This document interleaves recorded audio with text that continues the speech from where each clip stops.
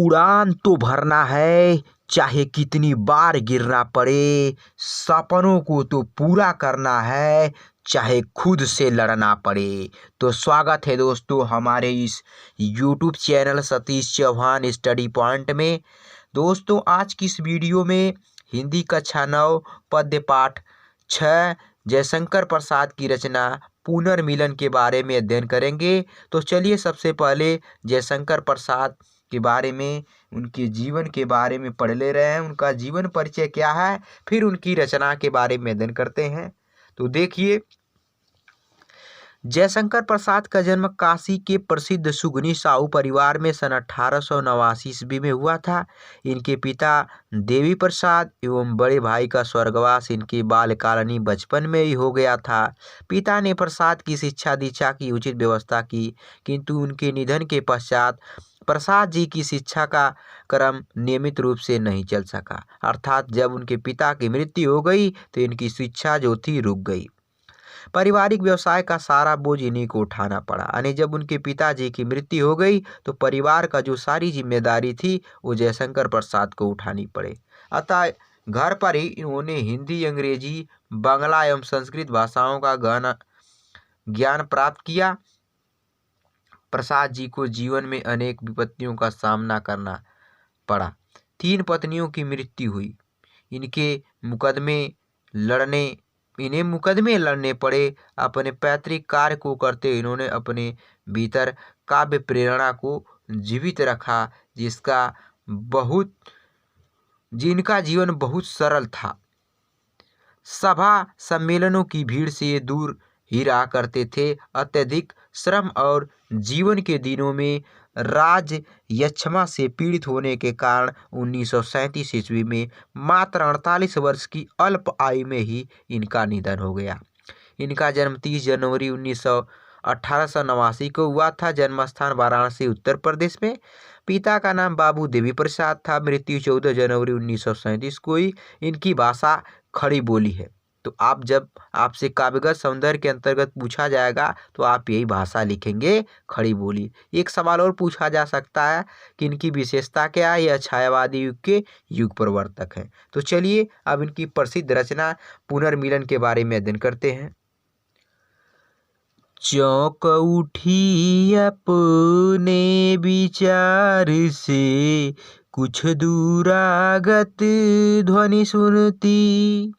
इस निस्तब्ध निशा में कोई चली आ रही है कहती, चली आ रही है कहती। अरे बता दो मुझे दया कर, कहाँ प्रवासी है मेरा। उसी बावले से मिलने को डाल रही हूँ मैं फेरा। उसी बावले से मिलने को डाल रही हूँ मैं फेरा। तो इस पद्यांश में पुनर्मिलन का मतलब होता है दोबारा मिलना। अब देखिए यह कहानी क्या है, इसके बारे में विस्तार पूर्वक आपको बता रहे हैं कि जब श्रद्धा और मनु एक दूसरे से बिछुड़ गए थे तो उनमें कैसे मुलाकात होती है, चलिए इस पुनर्मिलन की रचना के माध्यम से देखते हैं। इसमें बताया गया है कि मनु श्रद्धा से रुद्ध होकर सारस्वत नगर चले गए हैं। वहां वे संघर्षों में घायल हो गए हैं। श्रद्धा ने उनकी इस स्थिति को स्वप्न में देखा और मनु को ढूंढने के लिए निकल पड़ी। मनु को खोजती हुई यहाँ श्रद्धा का बहुत ही मार्मिक वर्णन किया गया है। किस प्रकार किया गया है, आइए देखते। चौंक उठी अपने विचार से, कुछ दूरागत ध्वनि सुनती। इस पद्यांश में कवि जयशंकर प्रसाद जी कह रहे कि चौंक उठी माने आश्चर्यचकित हो गई अपने विचार से, अपने सोच विचार से। कुछ माने थोड़ा सा, दूरागत माने दूर से आती हुई, ध्वनि मिस आवाज सुनती माने सुनाई देती है। कवि जयशंकर प्रसाद जी बता रहे हैं कि श्रद्धा मनु को खोजती हुई जा रही है। इस निस्तब्ध निशा में कोई चली आ रही है कहती। निस्तब्ध माने सुनसान, निशा माने रात्रि में चली आ रही है, मिस कोई आवाज सुनाई दे रही है। कहती माने कहती हैं। क्या कहती हैं कि देखिए कि श्रद्धा मनु को खोजती हुए जा रही हैं और रात्रि का समय है, एकांत निर्जन वन और इस विचारों में डूबी हुई चली आ रही हैं। तभी अचानक दूर से आई आवाज सुनकर वह चौंक उठती है। अब क्यों चौंक उठती है? देखिए, इस निस्तब्ध निशा में कोई चली आ रही है कहती। निस्तब्ध माने शांत, निशा माने रात्रि में कोई मिस कोई चली आ रही है, मिस चला आ रहा है कहती माने कहती हैं कि वह सोचने लगी कि इस शांत शब्द विहीन सुनसान रात्रि में इस प्रकार की आवाज कौन कर रहा है, अर्थात कौन है जो हमें बुला रहा है। अरे बता दो मुझे दया कर, कहाँ प्रवासी है मेरा।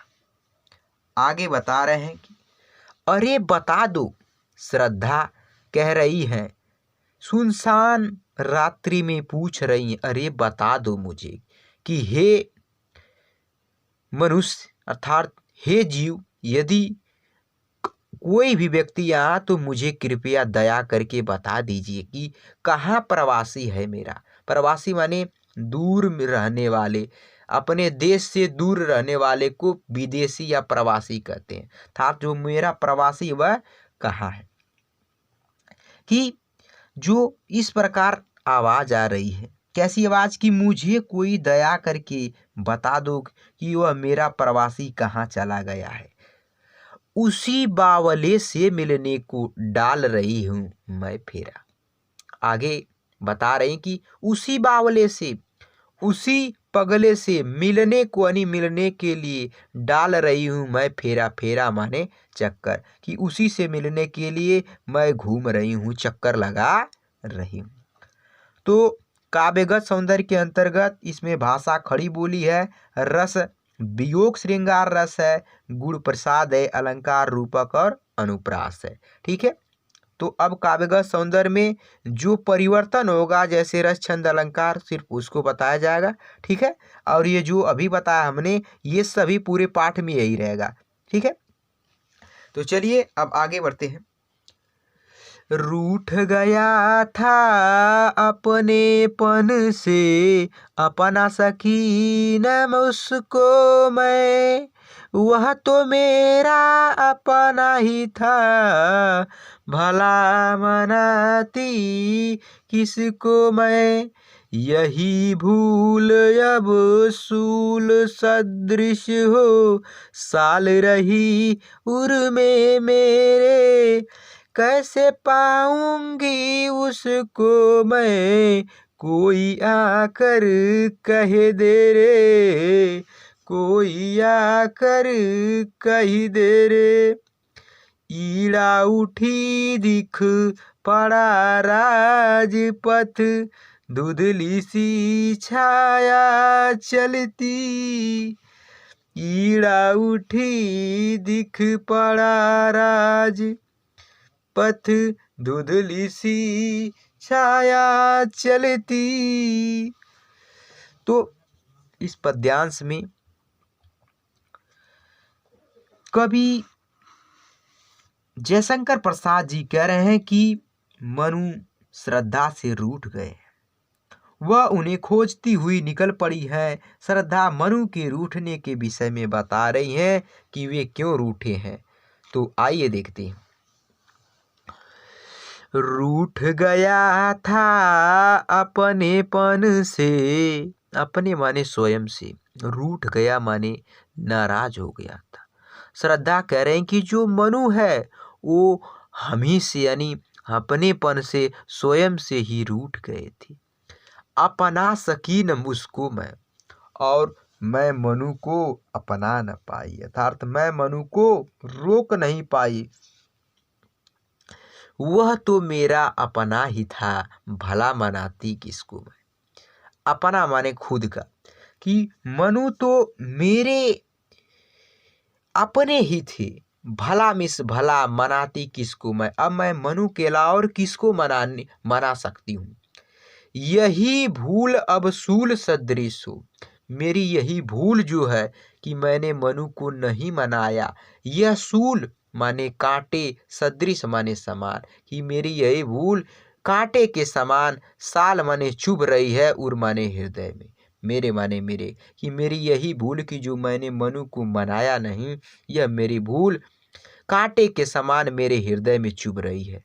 कि कैसे पाऊंगी उसको मैं, कोई आकर कह दे रे, कि उस मनु से मेरा कैसे मिलन होगा, मैं उनको कैसे प्राप्त कर पाऊंगी। कोई व्यक्ति मुझकर आके ये बात बता दे कि मेरा उनसे कैसे मिलन होगा, तो मैं बड़ी प्रसन्न हो जाऊंगी।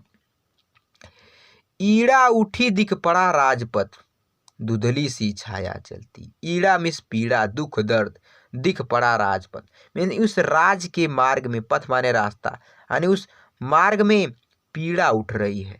ऐसा लग रहा है कि धुंधली सी छाया चलती, और कोई धुंधली सी छाया चल रही है। वाणी में थी करुण वेदना, वह पुकार जैसी जलती। वाणी में यानी आवाज में, करुण माने दुख, वेदना माने विरह। उस जो आवाज आ रही है, उसकी जो पुकार है, बहुत ही करुण है, बहुत ही दुखदाई है। ऐसा लग रहा है कोई व्यक्ति दुखों में पड़ा है और वह दर्द से करा रहा है। तो दोस्तों, ये रहा पुनर्मिलन का पार्ट 1। इसमें काव्यगत सौंदर्य के अंतर्गत अलंकार में रूपक और अनुप्रास अलंकार किया गया है। ठीक है, रस में वियोग श्रृंगार रस है। ठीक है, यदि वीडियो पसंद आए तो इसे लाइक और शेयर करिए। यदि चैनल पर नए तो प्लीज़ चैनल को सब्सक्राइब कर लीजिए और बेल आइकन को प्रेस कर दीजिए, ताकि आने वाले वीडियो की नोटिफिकेशन मिलती रहे। तो अगले वीडियो मिलेंगे, तब तक के लिए बाय बाय, धन्यवाद।